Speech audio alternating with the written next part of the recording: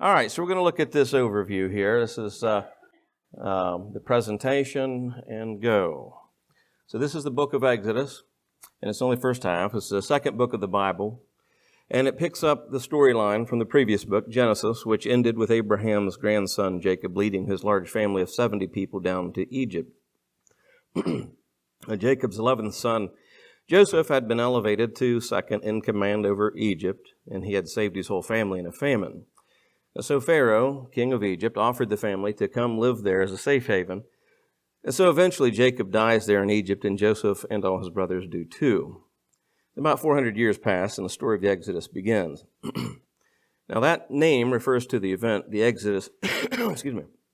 It takes place in the first half of the book, Israel's exodus from Egypt, but the book has a second half that takes place at the foot of Mount Sinai.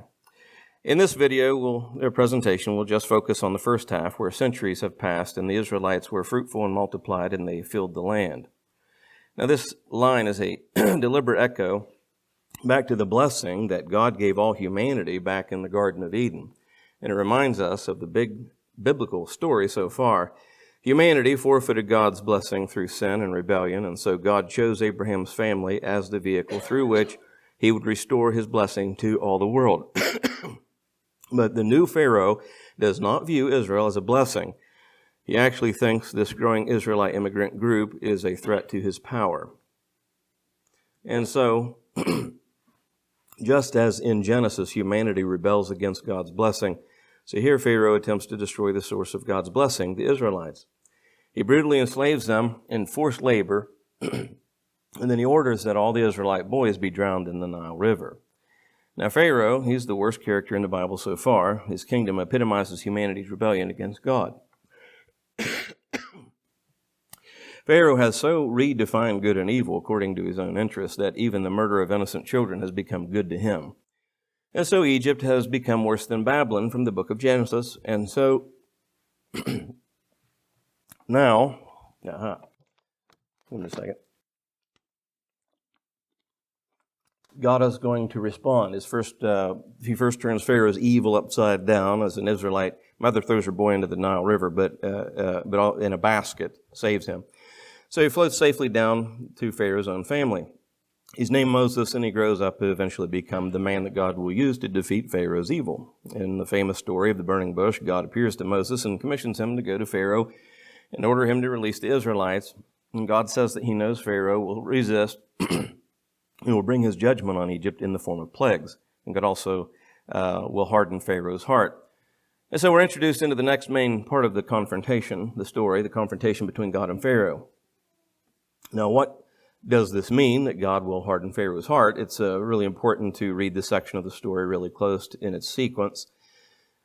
In Moses and Pharaoh's first encounter, we're told simply that Pharaoh's heart grew hard. There is no implication that God did anything. In response, he sends the first 5 plagues, and each one confronting Pharaoh and one of his Egyptian gods. And each time Moses offers a chance for Pharaoh to humble himself and to let the Israelites go.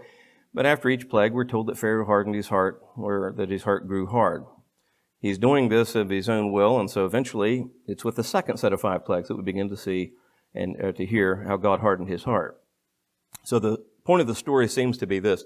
Even though God knew that Pharaoh would resist his will, God still offered him all these chances to do the right thing. But eventually, Pharaoh's evil reaches a point of no return. I mean, even his own advisors had thought he lost his mind. And it's at this point that God takes over and bends Pharaoh's evil towards his own redemptive purposes. God lures Pharaoh into his own destruction as he saves his people, which is what happens next. So with the final plague, it's the night of the Passover, and God turns the tables on Pharaoh. And just as he killed the sons of the Israelites, so God will kill the firstborn in Egypt with the final plague. But unlike Pharaoh, God provides a means of escape through the blood of the Lamb, which you'll see depicted in the picture here. And here the story stops and introduces us in detail to the annual Israelite ritual of Passover. On the night before Israel left Egypt, they sacrificed a young spotless lamb and painted its blood on the door frame of their house. When the divine plague came over Egypt, the houses covered with the blood of the lamb were passed over, and the son was spared. And so every year since, the Israelites have reenacted that night in remembrance to celebrate God's justice and His mercy. To Pharaoh, because of his pride and rebellion, he loses his own son, and he's compelled to finally let the Israelites go free. And so the Israelite slaves make their exodus from Egypt. No sooner do they leave, than Pharaoh changes his mind, and he gathers his army and chases after the Israelites for a final showdown. As the Israelites pass through the waters of the sea safely, Pharaoh charges toward his own destruction. The Exodus story concludes with the first song of praise in the Bible. It's called the Song of the Sea, and the final line declares that the Lord reigns as king. And then the song retells in poetry what the story of God's kingdom is all about. It's about how God is on a mission to confront evil in this world and to redeem those who are enslaved to evil. God is going to bring His people into the promised land where His divine presence will live among them. The story is what it looks like when God becomes king over His people. So after the Israelites sing their song, the story takes a sharp turn. The Israelites, they're trekking through the wilderness on their way to Mount Sinai, and they're hungry, they're thirsty, and they start criticizing Moses and God for even rescuing them. And they say they long for the good old days in Egypt, which is crazy, as we know. So God graciously provides food and water for Israel in the wilderness. But these stories, they cast a dark shadow, and we begin to wonder, could it be that Israel's heart is just as hard as Pharaoh's? Well, we'll see, but that's the first half of the book of Exodus. That's the intro to the first half. So we cover this, I don't know why I'm doing that. The rest of my notes are on there. I'm done. All right. Let the other ones in. So this is just the first half. As you can tell, the book of Exodus is broken down really in two components. It is the first 18 chapters, which deals with the Exodus, from the Exodus to Egypt, and then the last, 19 through 40, which is the covenant at Mount Sinai. First half of the book is narrative, but the second half is legislative. So you kind of see, it's kind of similar to the way that the book of Daniel is written. It's 12 chapters, and there's 6 chapters that seems historical, and then the last 6 is very deeply prophetic. But so it's broken down like that. So we're going to look at the first 18 chapters in this presentation. There won't be another book overview until we get to the last half. We get to chapter 19, then we're going to finish that video, basically, that presentation. And so the first 18 chapters, it depicts Israel, the Israelites' journey from slavery in Egypt, as we said, to the arrival at Mount Sinai. It highlights God's deliverance, His provision, the beginning of God's covenant relationship with them. And this is very important. We spent a very long time, it seems like, 25 chapters in Genesis, and one of the reasons that was very important, even if we did this presentation with that and still went through it, I'm not doing it in just a few lessons. That's a very big book of 50 chapters. And it warrants us giving a very close look at it, as Genesis is the foundation for the entire rest of the Bible. In fact, without the book of Genesis, then how could we even know anything about our Creator, really, other than what is later said, that we would reflect back to something He did that we only read about in Genesis. And it's very interesting, too, that you'll notice that God spends so many chapters, at the beginning He talks about the creation, eventually begins to talk about a man that He has picked, that through his family that He's going to bless the world. And much of the book is dedicated to Abraham, Isaac, and Jacob. And then really, is it 28%, the last several chapters dealing with Joseph, whose storyline is the foundation for this book. If you go to Exodus chapter 1, you'll notice here in verses 1 and following, now these are the names of the children of Israel who came to Egypt. Each man in his household came with Jacob: Reuben, Simeon, Levi, and Judah, Issachar, Zebulun, and Benjamin, Dan, Naphtali, Gad, and Asher. All those who were descendants of Jacob were 70 persons, for Joseph was already in Egypt already. And Joseph died, all his brothers and all that generation. But the children of Israel were fruitful and increased abundantly, multiplied and grew exceedingly mighty, and the land was filled with them. Now we noticed that in the video presentation is that when it mentions in verse 7 that they were fruitful and multiplied. This does go back to, I believe it's worded intentionally. It really kind of goes back to that appeal in the early going of Genesis to discuss the way God had commanded for the earth to be filled. And so, as we look at these ideas, we start out the book of Exodus basically right there. It's another book of beginnings, if you will, that chapter of beginnings. And it lets us know that it is during this time that another king arose over Egypt, and he did not know or remember Joseph. History is pretty important. It's important that we know it. We don't want to repeat something that's bad. We do want to repeat things that are good, but it's very important that people remember history. A pharaoh during Joseph's time would, as it were, roll over in his tomb based on what we see, how this man became.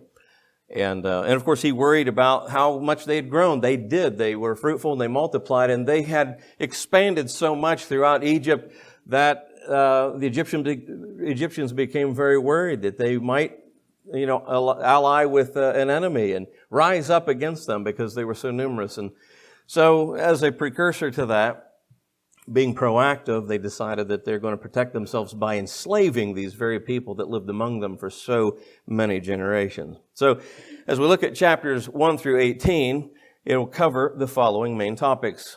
Chapters 1 through 4, the birth and calling of Moses. Chapters 5 through 11, Moses and the plagues. Chapters 12 through 15, the Passover and the Exodus. And chapters 16 through 18, the journey to Mount Sinai. And that's going to be our first component. Now, as we look at this first portion here, and I anticipate we'll probably only we'll get through this portion here by the end of class, as we have less than 30 minutes now. So, but as we look at this, chapters 1 through 4, we're focusing on. I'm not reading these, as it would take too much time. And this is why I want you to know what we're studying. I said, be ready for Exodus last week. How many of you read at least the first 4 chapters of Exodus since last week? Raise your hand. I thought Bob did, but he was just scratching his nose. Sharon did, right? Okay. So my point is this. This is your textbook. Your Bible is your textbook. We're not using a workbook like we've been doing. The Bible is your workbook. So you know that the first 18 chapters is what we want to look at in this first segment. So be sure to read that. And the first 4 chapters is all we're going to really cover today. But after this, 5 through 18. So I encourage you to read that, and then it'll be more beneficial to you when we come to those points next time. So the first chapter, talking about the oppression of the Israelites. The Israelites, of course, as we just mentioned, being enslaved by a whole new king, and through the fear that he had. And the thing is that this was his undoing. Here's a man who, like the Caesars of Rome, had a lot of false gods. He observed and bowed down to and praised and worshiped before all these things that do not see, nor hear, nor know, as Daniel would put it in Daniel chapter 5. But the God of heaven, he would come to know. And you're going to notice that through these first 4 chapters, what is leading up to Moses and the plagues didn't have to happen. They didn't have to happen at all. It's as Pharaoh was a hard-hearted man. And we'll get into more, not just today. What does it mean about God hardening his heart? It'll be explained better and more so in chapters 5 through 11, because this was his own doing and his own undoing, we could say. So, chapter 2 talks about the birth and the early life of Moses. And if you have read through this, it actually begins in not Moses specifically, but the attitude that Pharaoh had toward the Hebrews was that anyone who would be born of them that was male, they would kill them. If it was a daughter, then let the girl live, but kill all of the boys. So not only was he going to enslave these people, he was going to greatly limit their ability to continue to multiply. And so the girls, they will grow up, they will become wives of the Egyptian men, is what that necessarily infers. But if they will limit the amount of fighting men, why not women today? Aren't there women in the military today? Well, that wasn't very common throughout history. It was a male-dominated thing, and for good reason. And so he's going to not only enslave them, but he's going to limit their ability to produce. But it is through this, and by the way, the midwives, the interesting thing about the midwives is that they believed in God. There was some exposure perhaps to the God of the Hebrews, or perhaps it might even seem to imply that the midwives themselves were Hebrew. But either way, they feared God. They would not obey the king's command. Now, how they got out of this without getting killed, basically, was they gave this excuse, which could have been true, by the way. It might seem like a lie, but I don't know that it necessitates a lie, that the Hebrew women are more lively than the Egyptian women. By the time we get there, the baby's already born, And so it says that God was very good toward them and actually provided households for them. So what Pharaoh did in that case then is, all right, that's not going to work. If the midwives, of which it says only 2 here, and I'm thinking over all of the land of Egypt, there's only 2. Maybe they've cornered the market on the midwifery, I guess. But now he turns to everybody, to the whole nation, and commands all his people, verse 22, saying, every son who is born you shall cast into the river, and every daughter you shall save alive, just as we had mentioned. And it would be in the course of time that Moses would then be born, as we read about in chapter 2. Now, because of this edict, the woman who conceived and bore a son, Moses' mother, it says, and when she saw that he was a beautiful child, she hid him for 3 months. Now, I got to be honest with you. Growing up, I often wondered, because that's how my little brain worked as a child. I'm like, what if the child was ugly? You know, she hid him because he was beautiful. Woo! Good thing he was good looking. She saved him. You know, I don't know that it had to do anything to do with his looks. It was her son. But it is probably just like you'll notice in Scripture how King Saul or David or Joseph was attractive, you know, or Bathsheba was attractive. And so it mentions here that as a baby, this Moses was actually a beautiful child. So she hides him for 3 months. And after a while, though, the cat's going to be out of the bag. She has to do something. So she's already been nursing him, obviously, through 3 months. So when she could hide him no longer, and you can imagine the amount of stress she's under having to do this, because, you know, the sound of a baby is going to catch some attention. Oh, how's your little girl? That's a boy. What are you doing with a baby boy? There's an edict in the land that all these boys must go. It's interesting because in more modern times in China, it's the other way around. If it's a girl, you know, you're only allowed to have 1 kid per household. So if you have a girl and they want a boy, they would just dash the little girl's head on a rock or something and kill the baby and keep trying to have kids till they have a boy. That's actually what has happened in China. I don't know exactly about its the most present tense, but has been in my lifetime. That has been an occurrence in China. So you can just imagine that just the horrific nature of how mankind treats mankind. Don't be too shocked that this happened in antiquity, because it happens even today. And of course, there's always the question of abortion. You know, that's the big one. That's the one that stands out the most to us, especially here in our civilization, our time and place. So here you have a situation where she has to do something with him. Now, was she inspired to do this, or was this just a hunch? I know what I'll do. I'll take this baby who could not survive if this little boat tips over and drowns in the water. I'm going to put him in this little boat, this little ark, and I'm going to make sure it's waterproof. So, and I'm going to float it downstream and see what happens. You know. Now, if you see where it ended up, it seems to be necessarily inferred that she had a plan beyond what's written down here. That she was hoping that this would be discovered by those of Pharaoh's household and that compassion would be given. That seems to be the case. You know, why pick that place and then watch? You know, and of course this is what happened. So the ark ends up in the bulrushes. The baby is crying, and so Pharaoh's daughter goes down to the river to bathe, and she is with people. She has people in her company, her servants, her maids and maidens, and so she orders them to go get this ark, and then opens it up. And then when the baby's crying, it says she immediately had compassion. Her heart was moved; it was stirred, and in that moment, she's like, you know what, this one we're saving. All right, so she takes Moses in to her own home. And meanwhile, Miriam, his sister, pretty young at the time, obviously, and she just kind of happens on the scene. Hey, do you need somebody to nursemaid that child for you? I know somebody. She's like, go get her. So she goes and gets Moses' mother and then brings her, basically, and that's how she got to take care of her own child. And Pharaoh's daughter paid for everything. All right. So they were greatly blessed in this situation. It was all according to the will of God. But it was a very good strategy on Mama's part here. And the family was obviously a part of this scheme, if you will, the strategy, as Miriam was very carefully watching the outcome of what would happen to Moses. So this is how this would start out. So it would be Pharaoh's daughter who calls him Moses. It wasn't Moses' mother. Pharaoh's daughter calls him Moses, as she says, because I drew him out of the water. And names meant something in antiquity. And you'll notice that when Moses names his children, just like we see in the book of Genesis, there was meaning to the name that was given.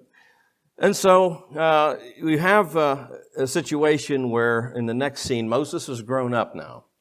He's somewhere inside of 40 years old. Okay, he's not a little baby anymore. Boom, fast forwards to he's an adult. He's enjoying his life, if you will. I say the word enjoy just as a kind of a loose term. We'll find out in Hebrews it wasn't something that he desired at the end of it. But he enjoyed the privilege of being an Egyptian and living as an Egyptian. But he always knew where he came from.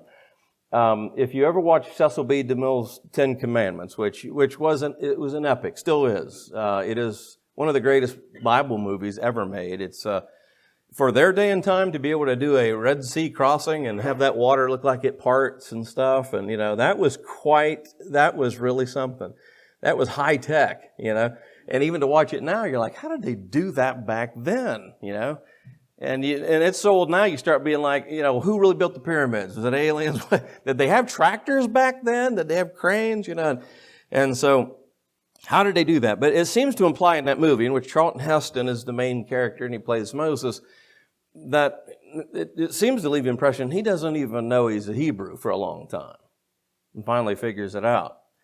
But that's not the case. Moses knew from the very beginning. And you have to think, if his mother had this exposure to him, and of course then she sends him back to Pharaoh's house, that he knew there was that exposure, that he knew who his real mother was, he knew his sister was and all that. And so, and then you fast forward, he's an adult now, so inside of 40 years, evidently, because he was about 40 when he left Egypt, and he's about 80 when he comes back. And so it was during this time he sees an Egyptian harshly beating on mistreating one of his own kinsmen. And this is the tip-off here. He knows he's a Hebrew. He's a Hebrew and an Egyptian, okay? And he was so moved by this that he decided to avenge his kinsman, according to the flesh, his Israelite brother, his Hebrew brother. And he looks this way and he looks that way, and he takes this man and he kills him, this Egyptian, and he buries his body in the sand. And he didn't think anything of it. He thought, he did a good thing. Nobody's noticed. That was the right and the left. But then when there was a squabble the next day between two of his Hebrew brethren, and he says, he tries to intervene. Hey, what are you guys fighting about? And do you remember the thing that one of them said, are you going to kill us like you did the Egyptian yesterday? How did you know that, right? He thought nobody saw it, nobody knew. And as soon as he knew that one of his own kinsmen knew this, he said, surely this thing is widely known. And he immediately got out of Dodge. He left, he fled. And sure enough, it got to the ears of Pharaoh, and Pharaoh sought to kill him. Now, I don't have a map for you here, but if you have a map in the back of your Bible, you might notice there, you'll see where Egypt is, and you'll see the Sinai Peninsula. And when he flees from there, he actually goes to the Sinai Peninsula. It goes to a place called Midian, which is it's like right in one of the forks of the Red Sea there.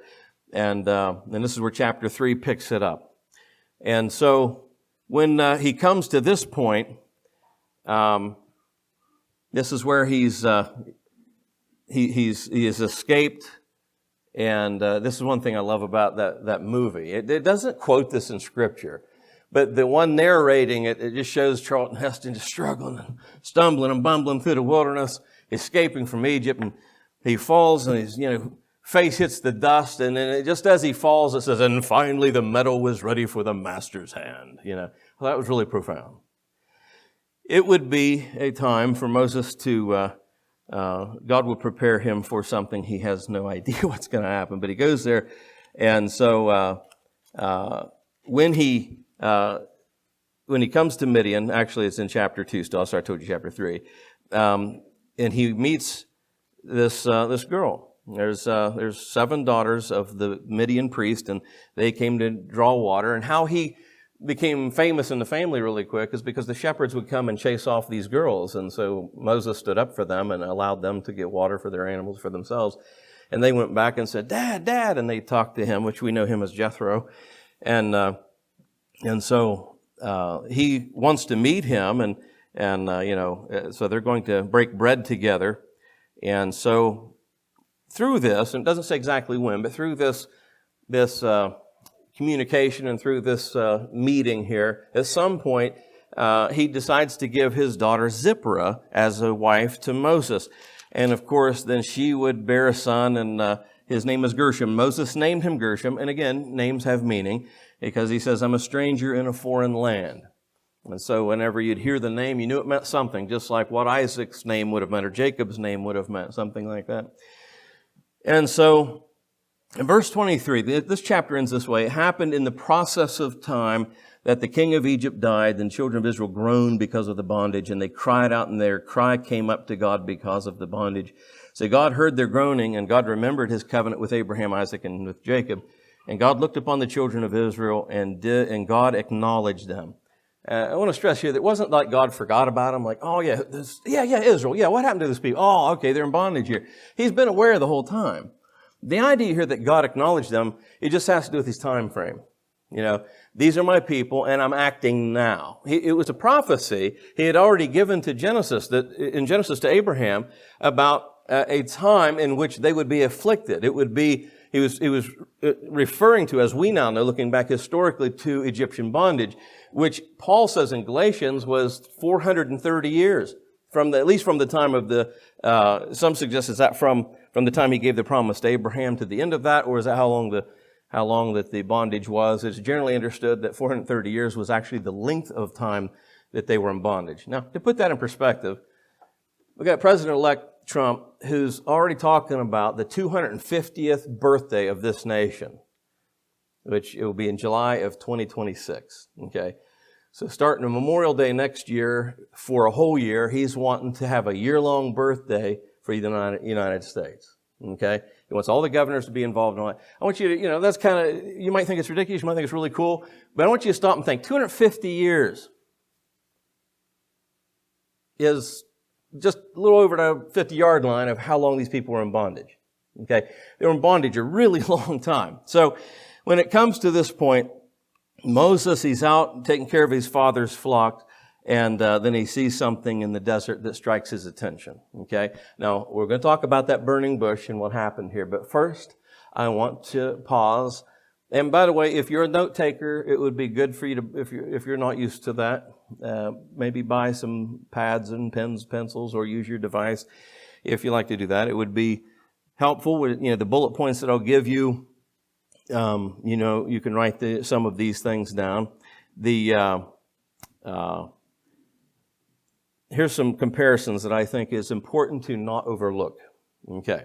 So before we talk about the burning bush, so compare this to Jesus. There's a comparison here that cannot and should not be overlooked. First of all, there was an executive order to kill all the male babies. We just talked about that and partially read about that in Exodus chapter 1, verses 16 and 22, and we see how that would begin to unfold. But also, there was an executive order to kill all the male children in Bethlehem from 2 years old and under in Matthew chapter 2 and verses 16 through 18. That's an interesting comparison. Moses' life was spared, Exodus chapter 2, verses 1 through 10. We read about that. Jesus' life was spared, Matthew 2, verses 13 through 15, as the angel of the Lord commanded mom and dad to take him to Egypt for safekeeping. Egypt, ironically, huh? And it was after Pharaoh died that Moses was then called back to Egypt. Notice, after Pharaoh died, then God says, go, right? Interestingly, it was after Herod died that Jesus' parents were told, all right, now it's safe to go. Now he's dead. Go back. And in both cases, it says, those who sought your life are dead. Both passages, Exodus chapter 4 and 19 and Matthew 2 and 20, those who seek your life, who have sought your life, are dead, basically. It's a direct quote for one and a very, very near quote to the other. So I just want you to notice that as we go through this, when the apostles preached Jesus from the Old Testament, most likely, almost certainly they did from prophecy. They would go to prophecy about him, but there's a real high probability that they would point out some very obvious signs that Jesus was pointed to in all of the Old Testament books. We see him in Genesis. We see him even before we've gotten very far in Exodus. So the tie-in, now this isn't a prophecy. This isn't prophetic about Jesus. It is a comparison. But it shouldn't shock you that since it was God's will that Jesus would be preached from the Old Testament, not just from the law or from the prophets, but even historically, that we see Jesus in this. Now, so We come to Exodus chapter 3. Moses is keeping the flock of Jethro, and it says that, again, this is around Midian, and he says he has, verse 1, he had led the flock to the back of the desert and came to Horeb, the mountain of God. Okay, again, if you have a Bible map, I'm not entirely sure if it even will say the name Horeb. The short version is this: Horeb and Mount Sinai are usually identified as the same exact mountain. Okay, and that's important. Some would say, well, it's not exactly the same mountain, but it's the same area. It's entirely possible that Horeb was the mountain range, like the Rocky Mountains, but there was one specific mountain that he went to, which was Sinai. But nonetheless, Horeb/Mount Sinai was a place in which a lot of things happened with God. And so, for example, in terms of the name Mount Sinai, more commonly associated with the giving of the law, the Ten Commandments, that's what we know it as. And then, of course, the reference to Horeb was also seen in 1 Kings chapter 19, verses 8 through 12 later on, which is a place where God appeared not only to Moses earlier, but also he appeared to Elijah. God had encountered God on Mount Horeb. Okay, so it's very difficult to suggest that these are two separate places. So this is where God is deciding to meet him, and he miraculously appears to him in the midst of a burning bush. And the thing that caught his attention the most was not that it was on fire, but it would not burn up. It wasn't consumed. How's it possible that something's on fire, but it won't burn up? Now, I don't know what the bush looked like, but it's very probably, it probably still had green leaves and whatever it had on it, and it just wasn't being consumed. How's that possible? I'm sure it was a small marvel compared to, or at least a similar marvel compared to what Nebuchadnezzar saw when the three men he threw into the burning fiery furnace bound, but they were up walking loosely, and there were 4 people in there. They were not consumed. And so when he comes to the bush, he starts to approach it. Then God speaks. Now it says that God's in the bush, but it also says the angel of the Lord. That's important. The angel of the Lord is often the ambassador of God Himself. And so when someone says, well, was Jesus actually there? Was God actually in the bush? Well, it's a yes and no prospect.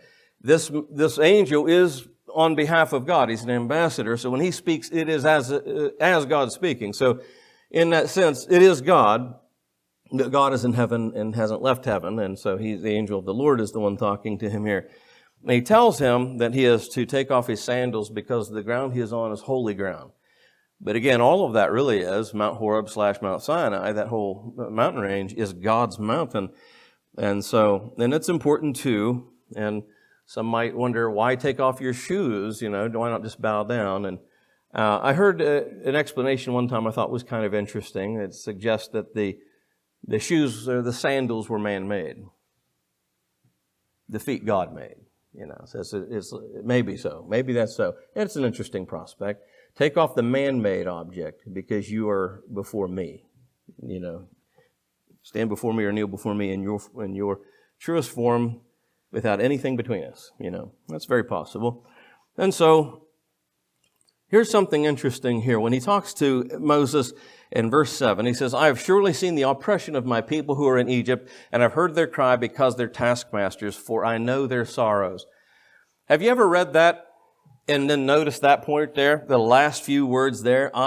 For I know their sorrows. God always does know, and He's known for over 400 years their sorrows. But what He says here is similar, in my mind, to what Jesus says to John to write down to the 7 churches of Asia in the book of Revelation, when to each one He says, I know your works, and some other things. One specific one was to Smyrna in Revelation 2 and 9.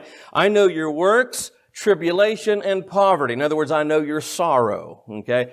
God always knows the sorrow of His people. And if you think about it, with the longevity of this captivity, that it kind of reminds you what Jesus said, that men always ought to pray and not lose heart. Do you suppose that the Egyptians, or the Hebrews, that they only cried out in year 429? They've been crying out probably the whole time. But God didn't answer them until a certain point in history. But when He did answer them, He answered them Almighty, as the Almighty. So here He stands before him, and Moses, of course, is hesitant at first here in chapter 3. And he provides signs to show his power. And one was, cast down your rod, it would become a snake, pick it up. Well, what if they don't believe me? All right, stick your hand inside of your cloak, pull it out. It's leprous. Put it back in, pull it out. It's back to normal again. He said, I'm giving you 2 signs to go to your people. If they don't believe the first one, they'll believe the second one. And so he would go with that. But he still balked at this. He's like, well, who do I say shall send me? And that's what, God says, I am who I am. I am has sent you. That is the title of God. That is his name, I am. Jesus would evoke that name later whenever he would say something like, before Abraham was, I am. In your English-speaking Bibles, there's generally what word after it? He, italicized. And it's italicized because it was added by the translators. And that's unfortunate because while it doesn't detract too much from the context, it does actually detract. Because he's just saying, I am. He said, I'm God. And that's how they took it because they took up stones to stone him to death when he said that. So, this is who God is. But, he doesn't want to go, and he objects. He thinks in chapter 4 that they're not going to believe him. He says, I'm slow of speech in verses 10 through 17, and he makes these excuses. At one point, it says that the anger of the Lord, verse 14 of chapter 4, was kindled against Moses, and he said, is not Aaron the Levite your brother? And I know that he can speak well. And look, he's also coming out to meet you. When he sees you, he will be glad in his heart. You speak to him. And basically goes on to say, he says, I will be with your mouth and with his mouth. I will teach you what you shall do. He shall be your spokesman to the people. And he himself shall be as a mouth for you. Now listen to this. And you shall be to him as God. Now that's very striking. You shall be to him as God. This has to do with authority. Moses is not God. He's not putting him in the place of God in terms of God's almighty power, although he's going to work many wonders through him, but it was always God who did the wonders. It was God who did the speaking. But this has to do with authority. And if you think about it, this is just how he would send out his prophets, like in Ezekiel chapter 3 to Ezekiel, Son of man, you go to the children of the captives of your people, you speak a word to them from my mouth. And then verse 7, he goes on to say, but the children of Israel will not listen to you. The house of Israel will not listen to you because they will not listen to me. When someone would speak in the name of the Lord, it was speaking as if they were God because they were, as Paul says in 2 Corinthians 5 and 20, he says, we are ambassadors of Christ. It is as though Christ is pleading through us, be reconciled to God. It's a very similar idea. But I wonder if this wasn't something that went to Moses' head later on because he said, and to him you will be as God. Later on, fast forward as we go through the book of Exodus, there's a few times when the Israelites were thirsty and God told him, take your rod and you strike the rock and it'll bring forth water, and he did. And then at another time, he was commanded to bring forth water again. But he said, this time speak to the rock. And it was in that moment there because Moses was frustrated with his kinsman according to the flesh. But he got bold at one point and he said, you rebels, how long shall we deal with you? And he smote the rock and the water came forth. But he disobeyed God. And that cost him the promised land. Did you notice what he said? And we'll read that. He says, how long shall we bear with you? Who do you think you are, Moses? I said you'll be as God. You're not God. Right? I wonder if that didn't go to his head a little bit later. Maybe. If so, either way, it cost him. So at any rate, this then brings us down to a very interesting passage of Scripture, verses 24 through 26. And it came to pass on the way in the encampment that the Lord met Moses to kill him. Now, wait a minute. He's a spokesman. He's sending him to Egypt. Everything's looking pretty good, really. And all of a sudden, God's going to kill him. And his wife, Zipporah, takes a sharp stone and cuts off the foreskin of her son and casts it at Moses' feet and says, surely you're a husband of blood to me. So he let him go. God spared his life. As she said, you're a husband of blood because of the circumcision. There's a lot of curiosity about it. That's a really weird thing sticking out of the Scripture. Like, what's this about? Well, you got to remember something. Back in Genesis chapter 17, God gave the covenant of circumcision that everybody from Abraham down through his lineage, every male, forever, in other words, till the time of the Christ, that covenant would never, ever be disobeyed. Every male child born in your household, regardless, no exceptions, must be circumcised. That is the sign of the covenant. The Egyptians were an uncircumcised people, and there were circumcised people living among them. Moses would have been circumcised as a baby, as a Hebrew who was born and raised in Egypt, but he did not circumcise his son for some reason. Some suggest maybe it's because he felt like an outcast from his people and from his religion, and who knows? That's speculation. But what we do know is he did not obey that commandment. And this goes to show how serious God is when He makes a covenant, a commandment. You will do it. This is the covenant relationship. If you will not cut off the foreskin, I will cut you off. Now, in the New Testament, the foreskin is sin, and the circumcision is baptism, and the idea of repentance and right living. And so, as Paul says in Colossians chapter 2, it's the circumcision of the heart. But if we refuse to circumcise the foreskin of sin from our lives, then God will cut us off. And that is what that will later be understood as in the gospel account. But for here, it nearly cost a man his life. And so sin was committed. He disobeyed God, and it goes back to Genesis 17. And he is a descendant, and he has to go to his circumcised people by being obedient to the commands of God, walking in the door, as it were. Okay. And basically, as him and his brother meet and they go and talk to the children of Israel, they were pleased to hear this and they worshiped God. And this is where chapter 4 ends. Now, there's no time for questions or anything. I apologize, but we had a pretty lengthy introduction before the class. But I do appreciate your patience with this. I hope that you'll enjoy this. I plan on continuing this, and hopefully we'll even get more exciting as we go. And if you would open the door and let the other ones in, and we will enjoy our worship service in just a few moments.